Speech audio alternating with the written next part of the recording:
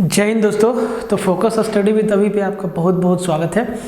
आज हम लोग 11वां टेस्ट सीरीज 11वां हमारा आज का होगा प्रैक्टिस सीरीज। और देखिए आज का जो प्रैक्टिस है ना वो बिल्कुल बेस्ट होगा जैसा कि आपका 2016 में सचिवालय का एग्ज़ाम हुआ था, बिल्कुल उसी पे बेस्ट रहेगा। जिस चैप्टर से जितना सवाल आए थे आज उस चैप्टर से उतना ही सवाल लगाएंगे। जैसे कि एरिया और वॉल्यूम मिला के 8 सवाल था तो एरिया वॉल्यूम से आज 8 सवाल देंगे। अलजेब्रा से 4 सवाल था तो अलजेब्रा से 4 सवाल लगाएंगे। आपका नंबर सिस्टम से भी 4 सवाल था तो नंबर सिस्टम से भी 4 सवाल लगाएंगे। ठीक है। प्रॉफिट लॉस से 1 सवाल था तो प्रॉफिट लॉस से 1 ही सवाल रखेंगे। बिल्कुल जैसा आपका 2016 में पेपर हुआ था ना उसी बेस्ट पे आज का पेपर होगा। तो देखिए 2016 का पेपर मैंने कम्प्लीटली सॉल्व करवा दिया है, आपको लिंक डिस्क्रिप्शन में मिल जाएगा, नहीं तो एक का प्लेलिस्ट बना हुआ है, सारा का सारा प्लेलिस्ट आपको डिस्क्रिप्शन में मिल जाएगा।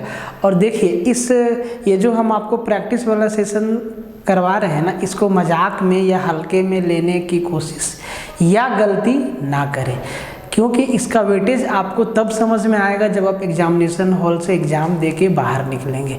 ये प्रैक्टिस बहुत ही ज़रूरी है। ये प्रैक्टिस आपका पैड भी हो सकता था लेकिन सब कुछ पैड रहना अच्छा बात नहीं है। ठीक है, कुछ चीज़ें चलनी भी चाहिए सबके लिए, क्योंकि आप लेने का हकदार तभी बनेंगे जब आप कुछ देने का हकदार हैं।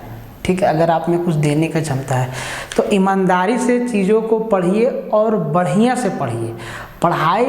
पढ़ना मतलब बढ़िया से पढ़ना, ऐसे ढोंग रचने वाला बात नहीं होना चाहिए। ठीक है, तो देख लीजिए इसको, ये आपका इन्फॉर्मेशन है, इसको थोड़ा समझ लीजिए और अपने दोस्तों यारों मित्रों के साथ थोड़ा शेयर मार दीजिए। ठीक है, कर भला तो हो लाभ, कहावत है कर भला तो हो भला, लेकिन हम पलट दिए कर भला तो हो लाभ, और ये होता भी है।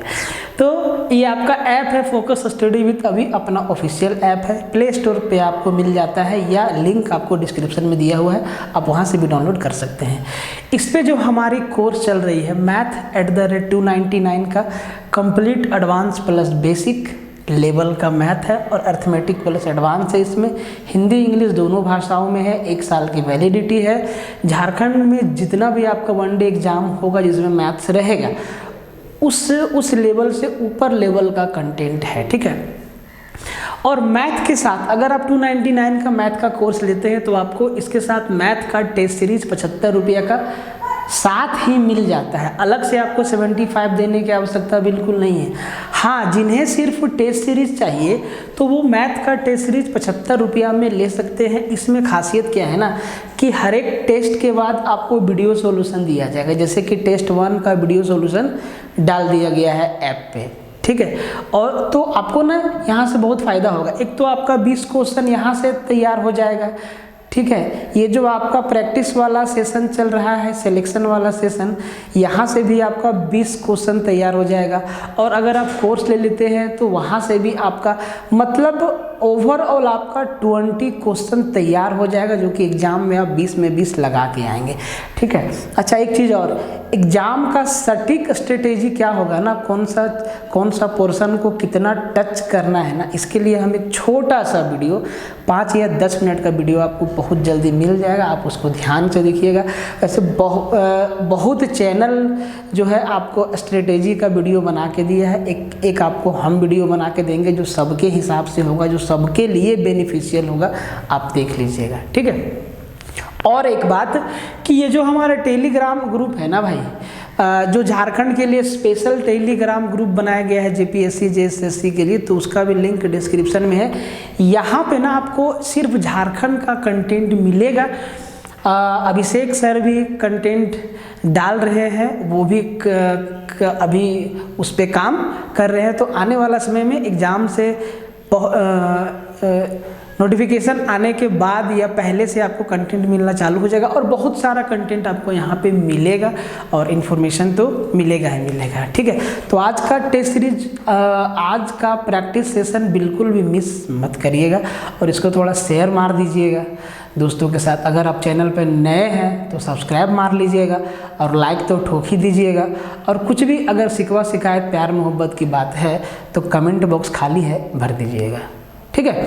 तो आज मिस मत करिएगा, अभी आप पहले इसको शेयर कर दीजिए। और एक बात और सुनिए, जैसे हम आपको यहाँ पे क्वेश्चन देंगे ना, तो आप वीडियो को पॉज करके पहले खुद से सॉल्व करिएगा, उसके बाद सॉल्यूशन देखिएगा, ठीक है। ऐसा ना कि वेब सीरीज जैसा चल रहा है देख रहे वैसा काम नहीं करना है। आप पेन पेपर लेके बैठिएगा, ठीक है। आप समझिए कि 20 सवाल हमको आज दिया जा रहा है, 20 सवाल में हम कितना सवाल कर पाते हैं खुद से, तो ये चीज़ आपको करना बहुत ज़रूरी है। देखिए शुरुआत हुआ है एरिया वॉल्यूम से, ठीक है। इसमें वॉल्यूम के भी सवाल आएंगे, एरिया के भी, टोटल 7 से 8 सवाल आएंगे। देखिए जैसे कि ये सवाल आपने देखा, तो पहले आप वीडियो को पॉज मारिए, पढ़िए, बनाइए, आंसर आया तो ठीक है, देन वीडियो देखिए, ठीक है। कहता है सवाल कि किसी आयताकार बक्से की तीनों भुजाओं का योग 12 सेंटीमीटर है, ठीक है। मतलब लंबाई प्लस चौड़ाई प्लस ऊंचाई का योग 12 सेंटीमीटर है, तथा संपूर्ण पृष्ठीय क्षेत्रफल total surface area TSA 94 centimetre square है। उस बक्से में रखी जा सकने वाली लंबी से लंबी छड़ की लंबाई ज्ञात कीजिए। अब जो धुरंधर लोग हैं ना भाई, वो इसको कैसे करेगा देख लो, उसके बाद बेसिक बताएंगे। देख लो करेगा वो देख लिया कि तीनों भुजाओं का योग L plus B plus H का वैल्यू दिया है 12 सेंटीमीटर, और total surface area 2 into LB plus BH plus LH का वैल्यू दिया है 94 सेंटीमीटर। तो उसको चाहिए बक्सा में रखा जाने वाला लंबा से लंबा छड़। देखिए ये क्यूबॉइड शेप का बक्सा है, मतलब जो लंबा से लंबा छड़ रखेंगे वो डायगोनली रखेंगे, विकर्णतः रखेंगे, मतलब डायगोनल का लेंथ निकालना है।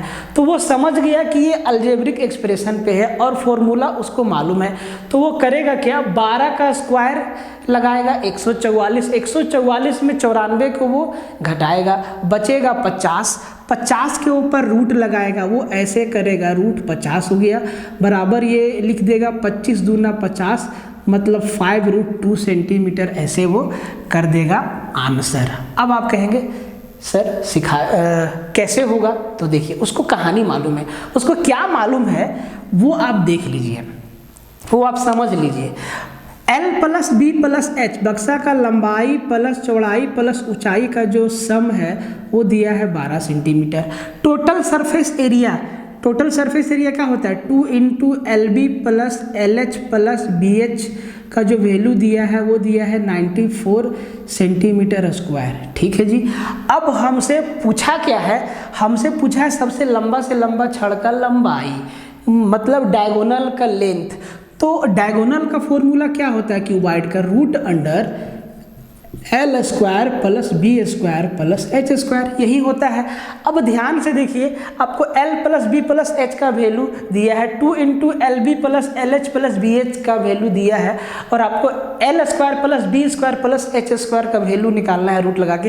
तो क्या आपको ये चीज़ नहीं दिख रहा है, ये कुछ और नहीं A plus B plus C का होल स्क्वायर पे टूट जाएगा, नहीं तो A plus B plus C का होल स्क्वायर या L plus B plus H का होल स्क्वायर जब करेंगे तो L plus B plus H का होल स्क्वायर, मतलब 12 का स्क्वायर 144 बराबर L square plus B square plus H square plus 2 into LB plus LH plus BH का वैल्यू 94, यहाँ पे 94 लिख देंगे, कोई दिक्कत। अब जरा ध्यान से देखिए, 144 में 94 गया, कितना बचा, 50 बराबर L square plus B square plus H square.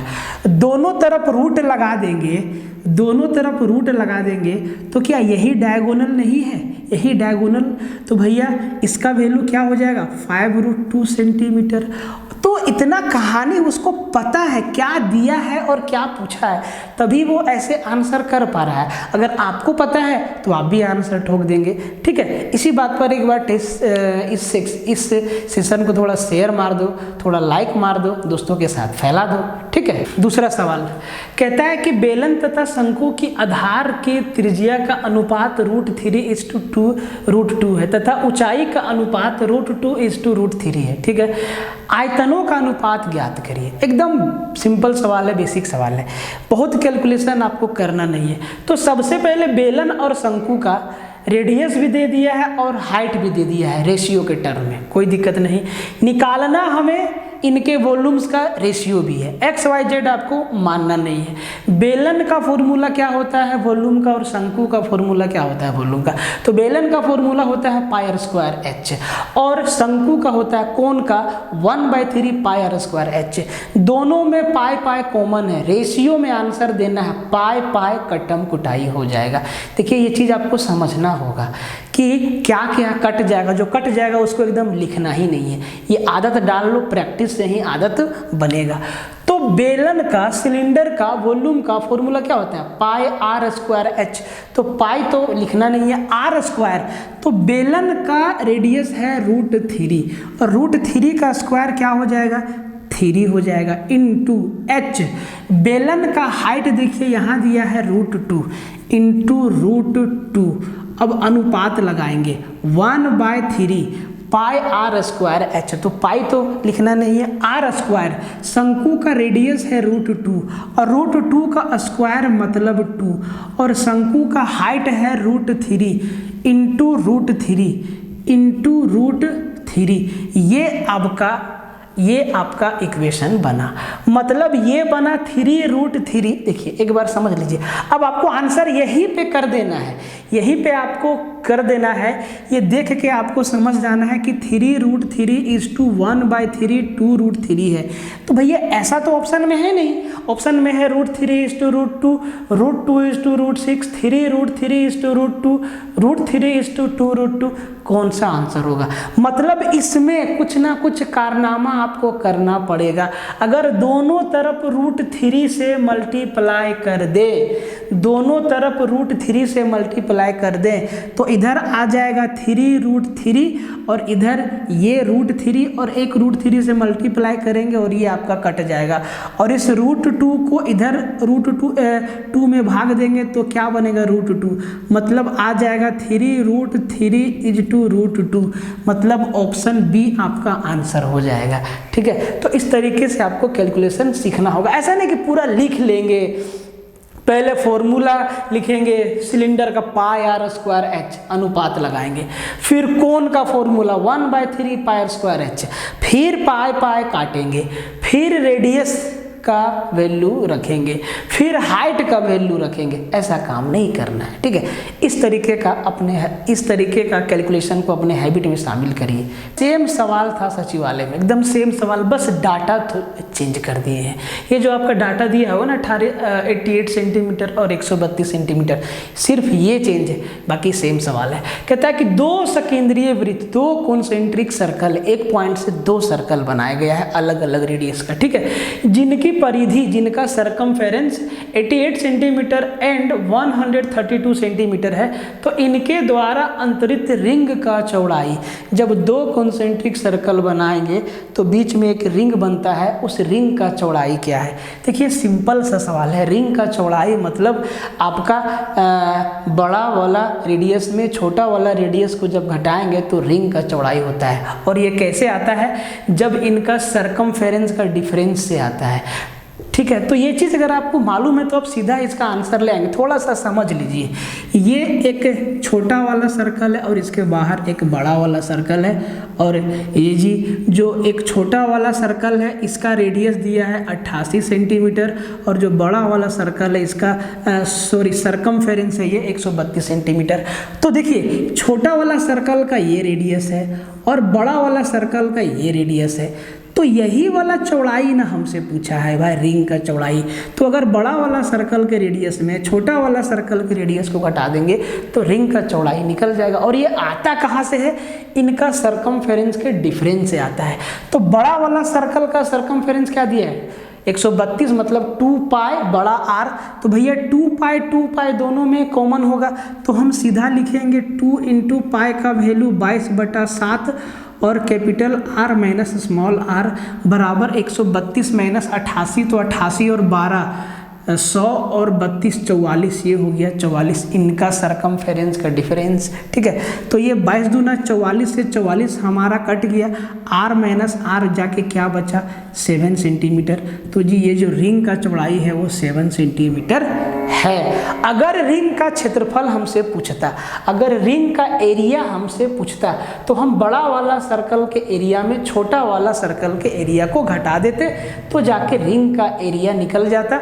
और इसके लिए हमें दोनों का अलग अलग रेडियस निकालना पड़ता, जो कि यहाँ से आपका निकल के आज। देखिए सवाल सेम है, बस डाटा चेंज है। ठीक है, सवाल सेम है, बस डाटा चेंज है। कहता है कि किसी वृत्त की परिधि 11 सेंटीमीटर है तथा एक चाप केंद्र पर 60 डिग्री का कोण अंतरित करता है। त्रिज्या खंड का क्षेत्रफल ज्ञात करिए। सीधा सा सवाल, बस डाटा चेंज कर दिए, 2016 के पेपर में आया हुआ सवाल है। ठीक है, समझिए कि यही सवाल था, बस आपका डाटा चेंज है। तो जी इसमें आपका जो है त्रिज्या खंड द्वारा अंतरित क्षेत्र का क्षेत्रफल पूछ रहा है, एंगल बन रहा है 60 डिग्री। तो होशियार चंद करेगा क्या कि इसका एरिया निकाल के 6 से भाग लगा देगा, क्योंकि पूरा एंगल बनता है सर्कल में 360 डिग्री का। तो अगर 360 डिग्री मतलब पूरा सर्कल का एरिया निकाल लीजिए, और सिर्फ आपको 60 डिग्री का एरिया चाहिए, तो ये इसको 6 से भाग लगा देगा। वैसे भी जितना कैलकुलेशन इसमें आपको करना होगा, उतना ही कैलकुलेशन आपको जो है फॉर्मूला से भी करना ही पड़ेगा, सेम बात है दोनों। तो भैया इसका परिधि दिया है 11, मतलब परिधि 2πr 22/7 गुना r बराबर 11 सेंटीमीटर दिया है।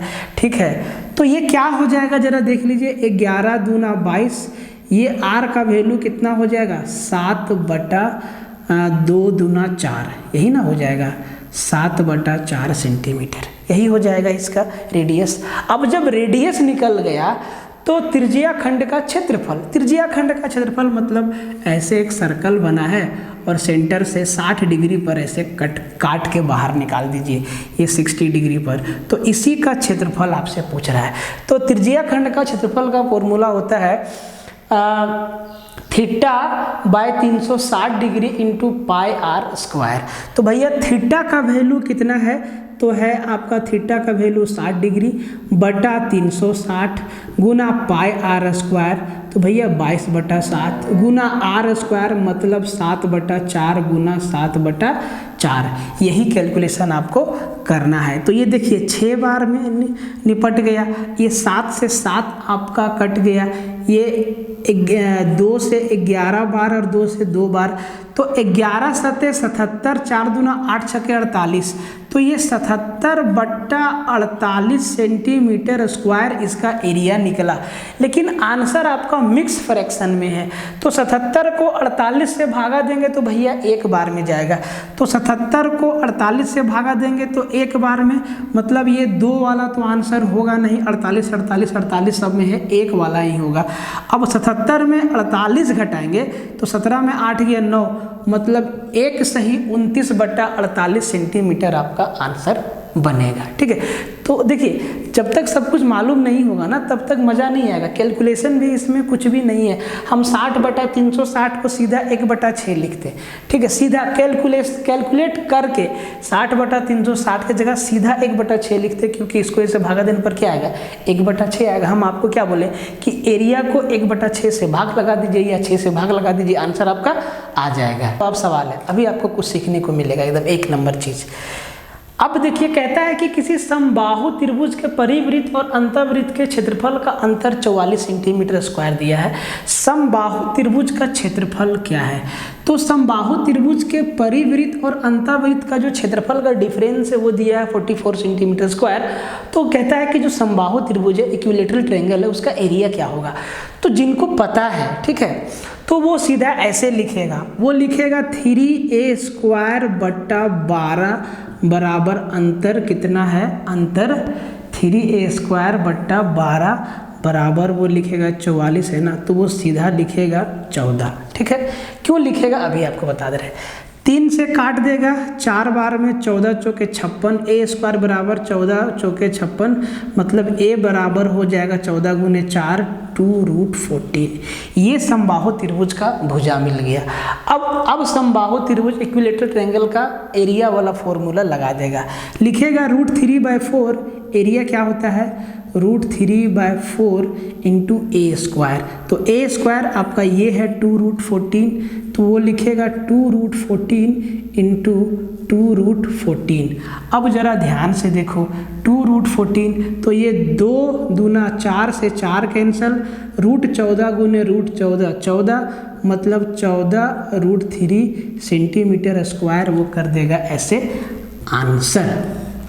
अब जिनको समझ में नहीं आया वो लोग समझिए कि ये चीज़ है क्या, ये हम कैलकुलेट कैसे किए हैं, ठीक है, इसको आप समझिएगा, ठीक है, इसको आप समझिएगा। अरे सॉरी, इसको मिटाना नहीं था, सॉरी, इसको मिटाना नहीं था।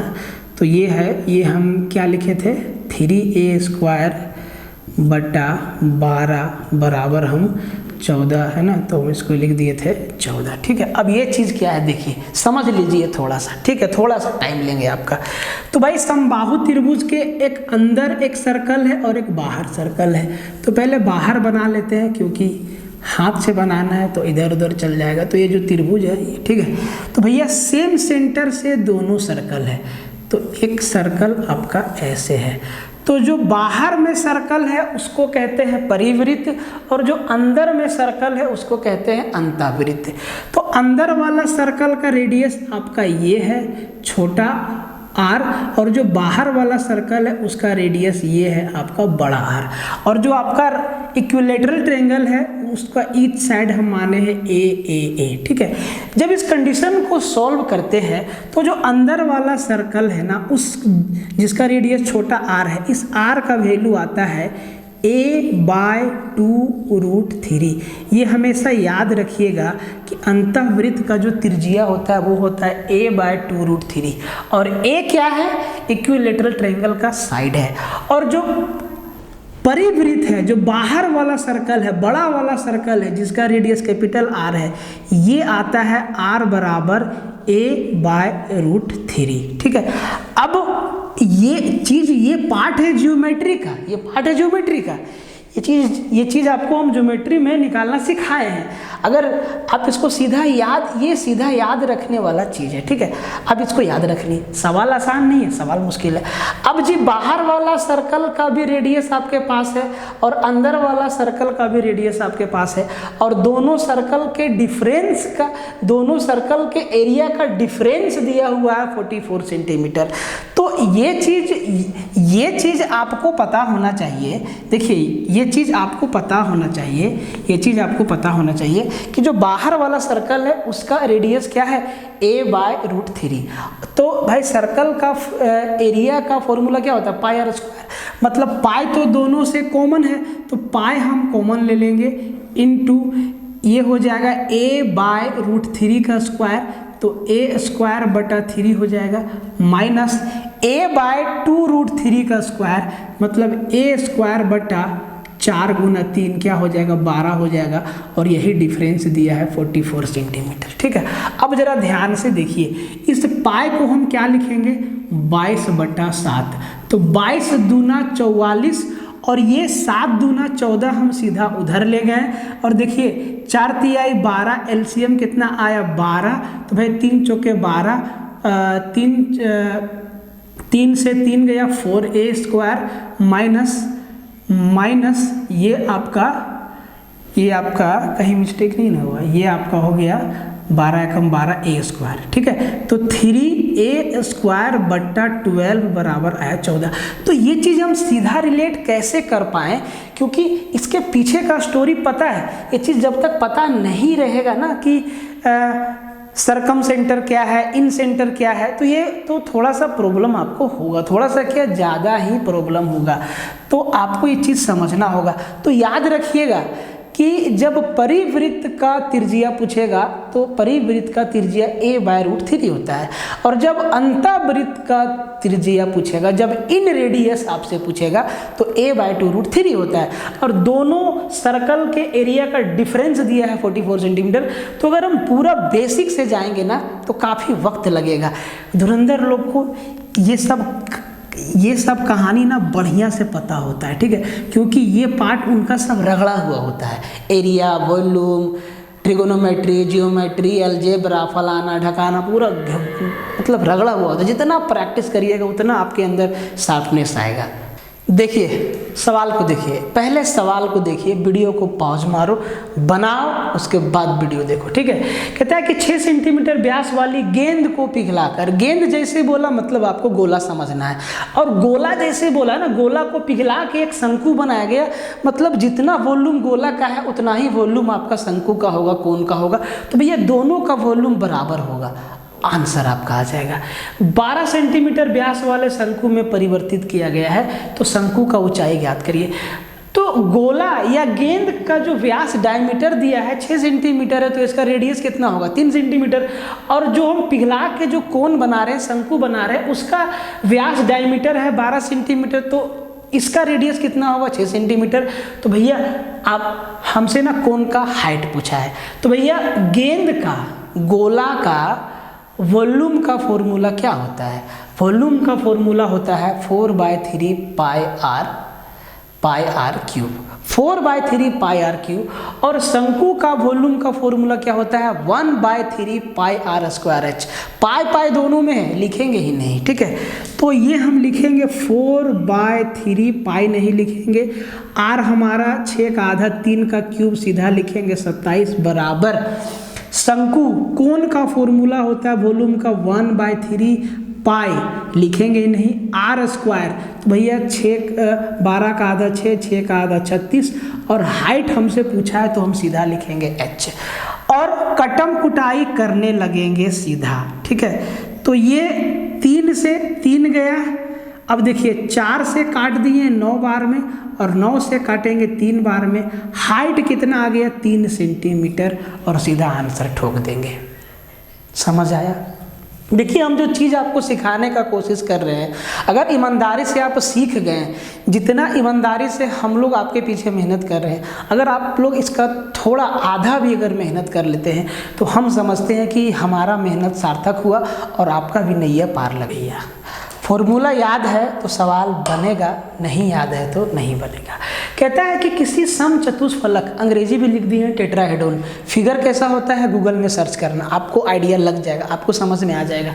किसी समचतुष्फलक टेट्राहेड्रॉन की प्रत्येक भुजा 12 सेंटीमीटर है, समचतुष्फलक का आयतन ज्ञात करिए। एक टेट्राहेड्रॉन है, उसका ईच साइड जो है 12 सेंटीमीटर 12 सेंटीमीटर है, तो इसका वॉल्यूम आपसे पूछा है कि टेट्राहेड्रॉन का वॉल्यूम क्या होगा। देखिए अगर ये चीज़ आपको मालूम है कि टेट्राहेड्रॉन का वॉल्यूम क्या होगा, तो वॉल्यूम होता है एक क्यू अपॉन वॉल्यूम, हम भी भूल गए क्या, वॉल्यूम होता है एक क्यू अपॉन एक क्यू, हाँ 1 क्यू अपॉन 6√2, 1 क्यू अपॉन 6√2 होता है, और एक क्या है टेट्राहेड्रॉन का ईच साइड है जो कि इक्वल है, ठीक है। तो अब एक का वैल्यू 12 सेंटीमीटर है, तो भैया 12 का क्यूब कितना होता है पता ही नहीं है, आप यहाँ फंसेंगे फिर। तो भैया 12 का क्यूब होता है 1728 और बटा 6√2। देखिए ये फॉर्मूला ना याद रखिएगा, मेरे दिमाग से भी कभी कभी निकल जाता है, ठीक है। तो टेट्राहेड्रॉन का वॉल्यूम का फॉर्मूला एक क्यूब बाय 6√2 होता है, एक क्या है उसका ईच साइड है जो कि बराबर है, तो 12 का क्यूब 1728 बटा 6√2, और सेंटीमीटर है तो लग जाएगा सेंटीमीटर क्यूब। तो इसको हटाइए, पहले करते हैं सॉल्व, सारा ऑप्शन में सेंटीमीटर क्यूब है, तो ये 6 से उड़ेगा क्या, 6 से उड़ेगा क्या? देखिए अगर ऊपर नीचे √2 से मल्टीप्लाई कर देंगे ना भाई, तो ये √2 इंटू √2 हो जाएगा, और 2 से इसको काटेंगे, 2 8 16, 2 6 12, 2 9 18, 2 9, ठीक है, √2 इंटू 4, तो आपका ये हो जाएगा 2 8 16, 1 12, 2 6 12 और 2 4 8। देखिए यही ना गलती हो जाता है भाई, 2 4 8। अब ये 6 से जाएगा, देखिए तो हाँ जाएगा, तो ये जाएगा आपका 6 से, 6 एकम 6, 6 चौके 24 और 6 चौके 24, 144√2 सेंटीमीटर क्यूब टेट्राहेड्रॉन का वॉल्यूम है, जिसका ईच साइड 12 सेंटीमीटर दे रखा है। तो आपको हम सिखाना क्या चाहते हैं, टेट्राहेड्रॉन का फिगर थोड़ा गूगल बाबा से पूछिए, वो आपको बताएंगे, और इसका वॉल्यूम का फॉर्मूला और इससे रिलेटेड और सर्कल पढ़िए, ठीक है। अगर इसका सरफेस एरिया पूछ दिया, टोटल सरफेस एरिया पूछ दिया, एरिया के बारे में कुछ पूछ दिया, तो कैसे निकालेंगे, ठीक। ठीक है जी, सवाल डाल ही दिए, सीख ही लीजिए, ठीक है, प्रैक्टिस भी हो जाएगा, सीख भी लीजिएगा, ठीक है। प्रैक्टिस का नाम यही है। कहता है कि किसी समचतुष्फलक टेट्राहेड्रॉन की प्रत्येक भुजा 12 सेंटीमीटर है, ठीक है, इसका संपूर्ण पृष्ठीय क्षेत्रफल टोटल सरफेस एरिया क्या होगा। तो अभी आपको हम वॉल्यूम का फॉर्मूला क्या बताएं, AQ/6√2 बताएं। टेट्राहेड्रॉन का वॉल्यूम क्या होता है, AQ/6√2 होता है। अब की बार टोटल सरफेस एरिया आपसे पूछ दिया है, तो टोटल सरफेस एरिया TSA याद रखिएगा √3 × A² होता है, ठीक है। और वॉल्यूम आपको क्या बताएं, वॉल्यूम बताएं AQ/6√2। तो ये आपके दो कंसेप्ट हो गए, इनको जरा बढ़िया से याद रखिएगा, ठीक है।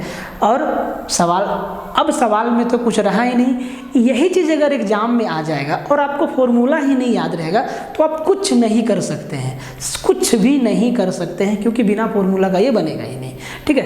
तो √3A और √3A² होता है इसका टोटल सरफेस एरिया का फॉर्मूला, और इसका ईच साइड है 12 सेंटीमीटर, मतलब √3 मतलब बराबर हो जाएगा √3 × 12² 144, मतलब 144 √3 सेंटीमीटर स्क्वायर सीधा इसका क्या हो जाएगा, टेट्राहेड्रॉन का टोटल सरफेस एरिया, ठीक है।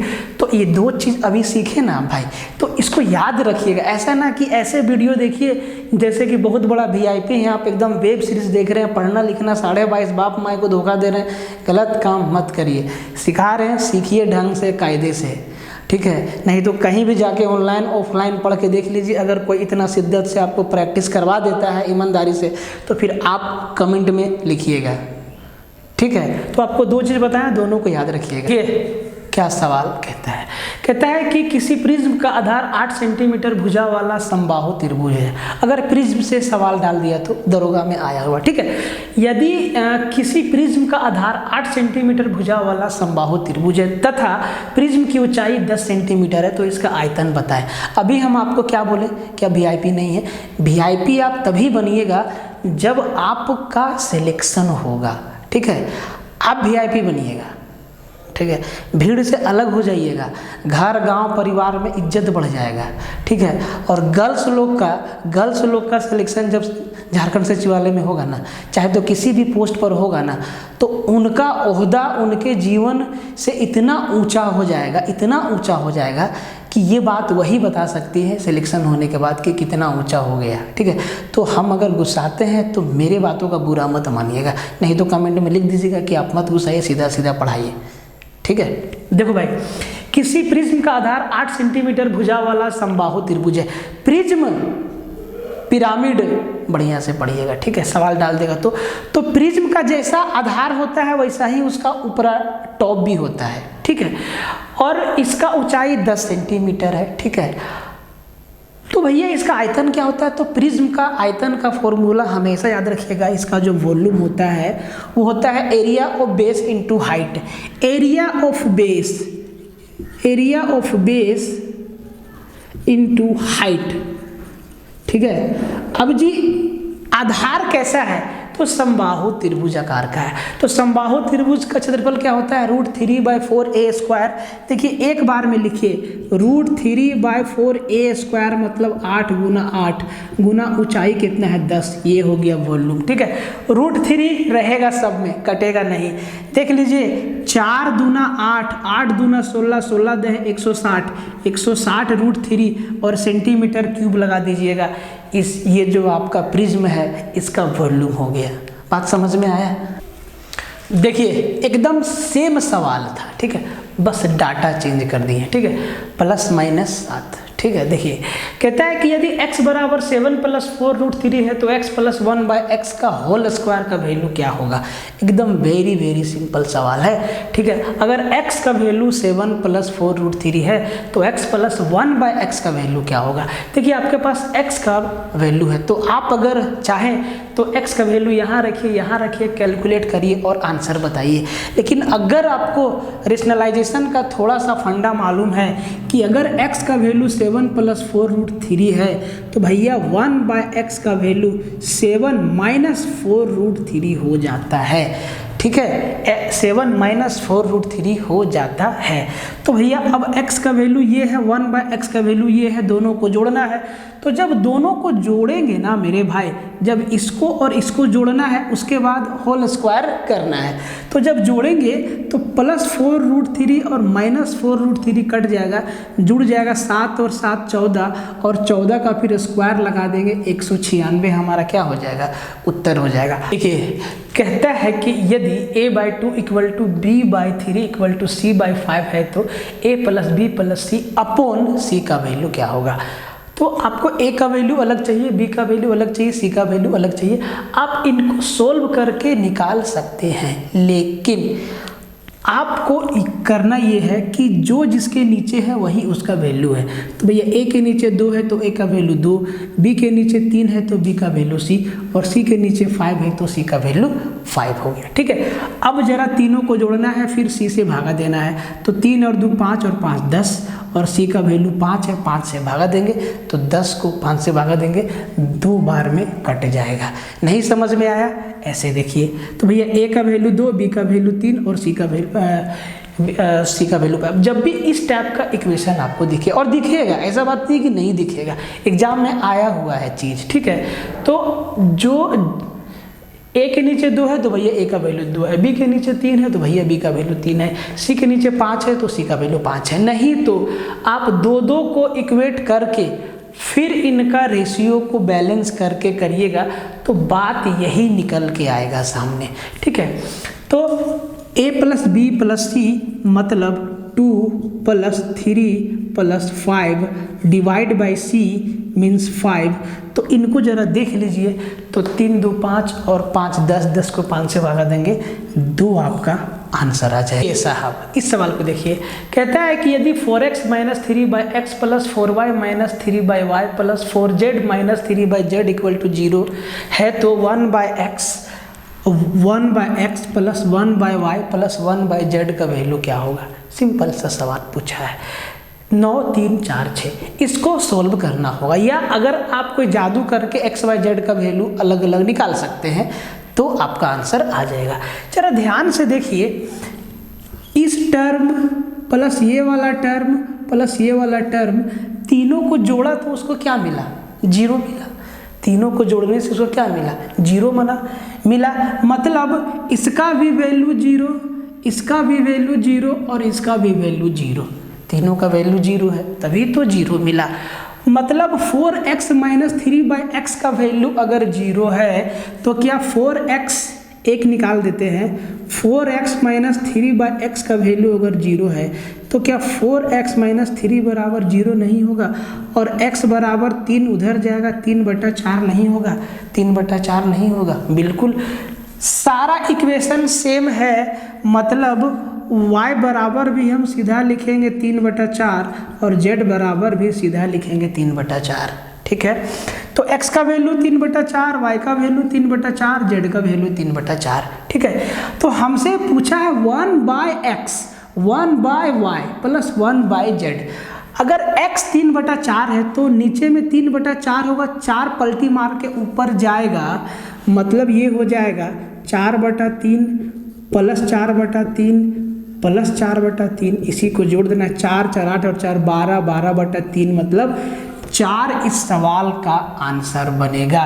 मतलब 1/x + 1/y + 1/z का वैल्यू क्या हो जाएगा, 4 हो जाएगा।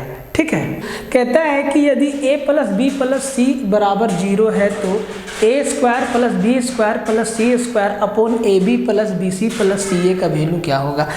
ऐसा सवाल देखिए, जब a + b + c का वैल्यू 0 है ना, तो आप हमेशा वैल्यू पुट वाला दिमाग लगाइएगा, लेकिन आपको ये ध्यान देना है कि जो इक्वेशन पूछा है वो अनडिफाइंड ना बन जाए। ठीक है, तो अगर a + b + c का वैल्यू 0 करना है तो हम a को 1 ले लें, b को 1 ले लें और c को अगर -2 ले लें, तो 1 + 1 2 और -2 क्या हो जाएगा, 0 हो जाएगा।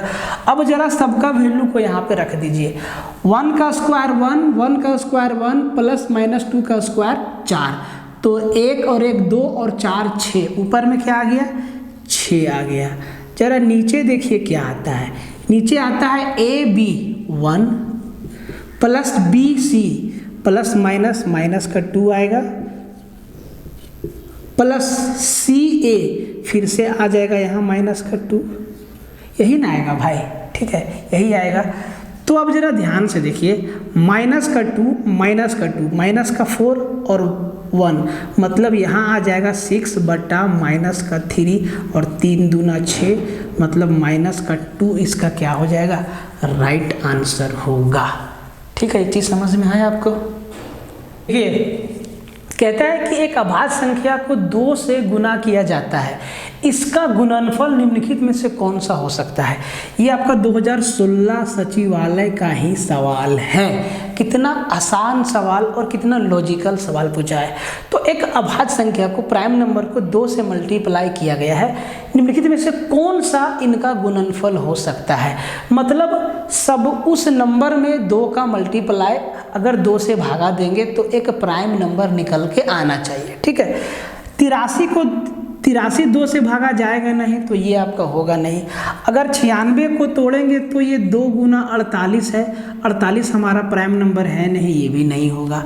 12 को तोड़ेंगे तो 2 गुना 6 होगा, तो 2 हमारा प्राइम नंबर है नहीं, ये भी नहीं होगा।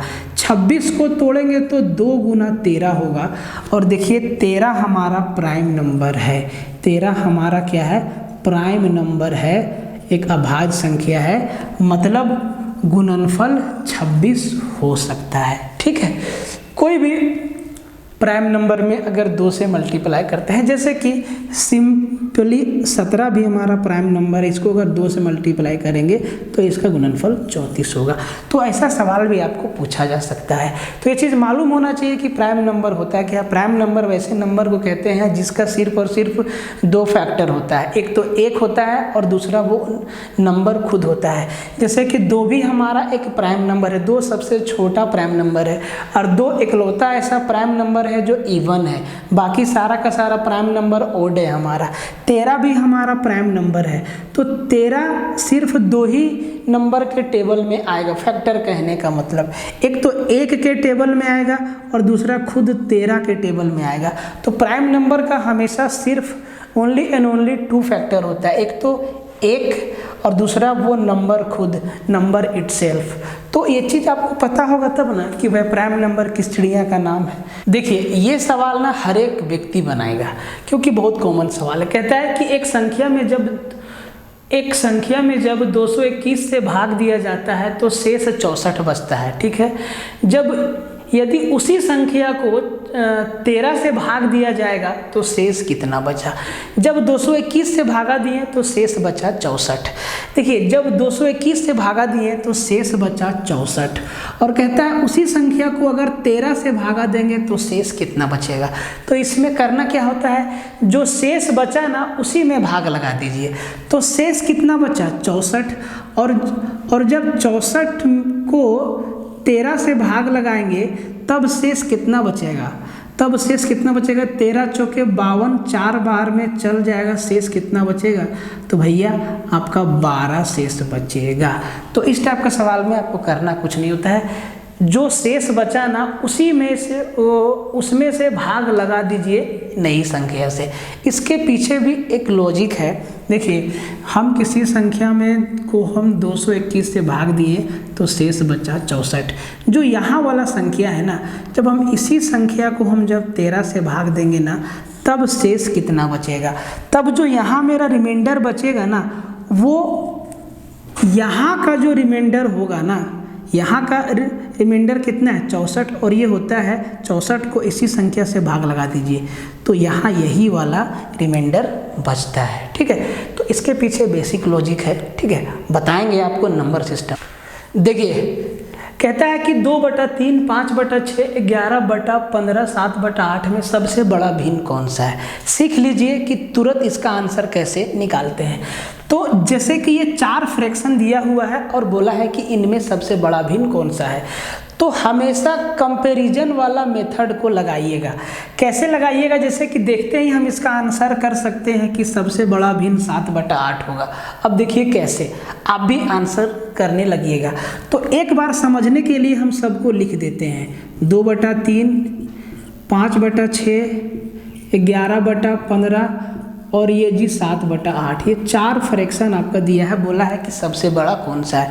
हमेशा 2 फ्रैक्शन को भिड़ा के क्रॉस मल्टीप्लाई करिएगा, जैसे कि 2/3 और 5/6 को भिड़ाते हैं तो क्रॉस मल्टीप्लाई 6 दूना 12 यहाँ लिखिए और 3×5 15 यहाँ लिखिए।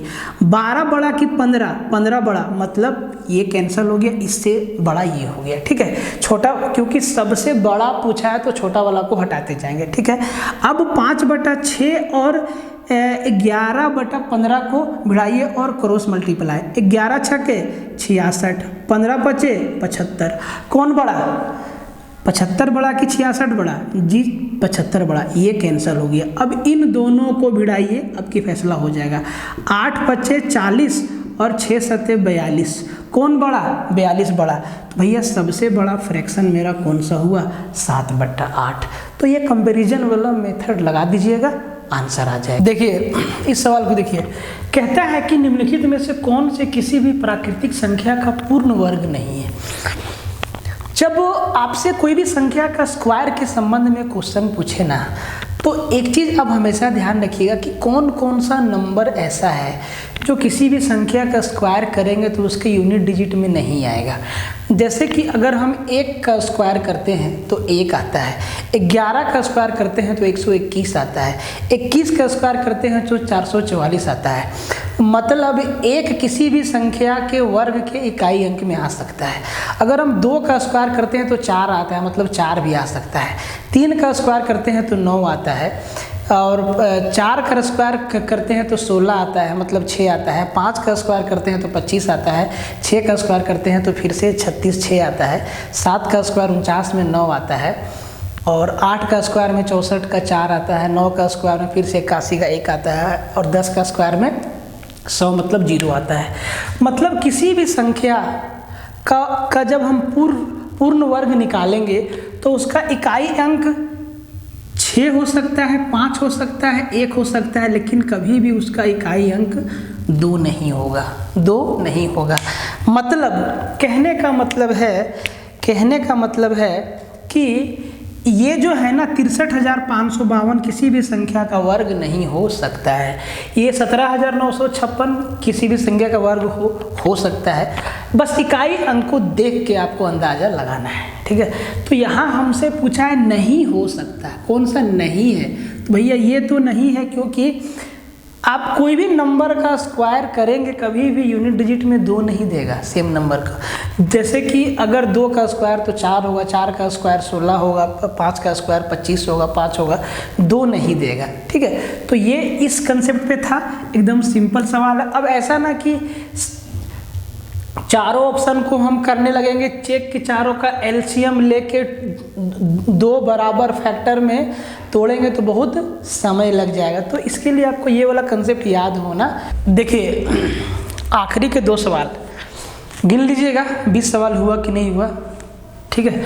गिनती याद नहीं रहता है हमको, इसीलिए हम नंबर नहीं लिखते, क्योंकि अगर यहाँ पे हम 5 नंबर लिख दिए तो वो कई सवालों तक 5 ही नंबर लिखा हुआ रहेगा। कहता है कि √5 प्लस √11 प्लस √19 प्लस दिस का सरलीकृत मान क्या होगा।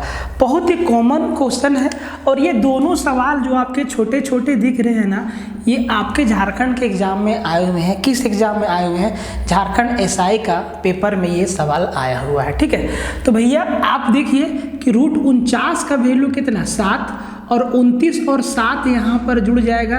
देखिए इसको इधर से सॉल्व किया जाता है। √49 मतलब 7, 29 और 7 36, मतलब √36 का वैल्यू कितना? 6 आ गया। तो भैया इसका वैल्यू कितना आ गया? 6 आ गया। अब 19 और 6 25, √25 मतलब 5, मतलब अब यहाँ तक का वैल्यू कितना? 5 आ गया। और 11 और 5 16, तो √16 मतलब 4, और 5 और 4 9, √9 मतलब 3 इसका आंसर होगा, ठीक है। अब इस सवाल को सोल्व करने की जिम्मेवारी आपकी है। √24 प्लस √216 अपॉन √96 का वैल्यू क्या होगा, इसको सोल्व करना। अब बहुत लोग बोलेंगे सर कि √24 और √216 को जोड़ देते हैं और इसे भाग लगा देंगे। नहीं, इसको सोल्व करना होगा घातांक और करनी के मेथड से, ठीक है। तो आप देखिए कि 24 के 24 को क्या हम ऐसा दो गुणनखंड में तोड़ सकते हैं, दो फैक्टर में, जो जिसमें से एक फैक्टर परफेक्ट स्क्वायर बने, और 216 को भी वैसा ही देखेंगे और 96 को भी उसी तरीक़ा से देखेंगे। ठीक है, देखिए तो क्या हम 24 को लिख सकते हैं 4 गुना 6। 4 गुना 6 मतलब 24 को हम क्या लिख सकते हैं, देखिए तो समझ लीजिए 2√6 प्लस 216, 36 गुना 6 216 होता है। तो 36√36 मतलब 6, मतलब ये हो जाएगा 6√6 अपॉन 96 को देखिए तो क्या लिख सकते हैं, 16 छक्के 96, 16 गुना 6 मतलब √16 इंटू 6। तो √16 मीन्स व्हाट, 4, तो ये हो जाएगा 4√6। देखिए ऊपर से हम √6 कॉमन लेंगे और एक √6 नीचे से भी कॉमन है, मतलब ये √6 ये √6 इस √6 से कट जाएगा।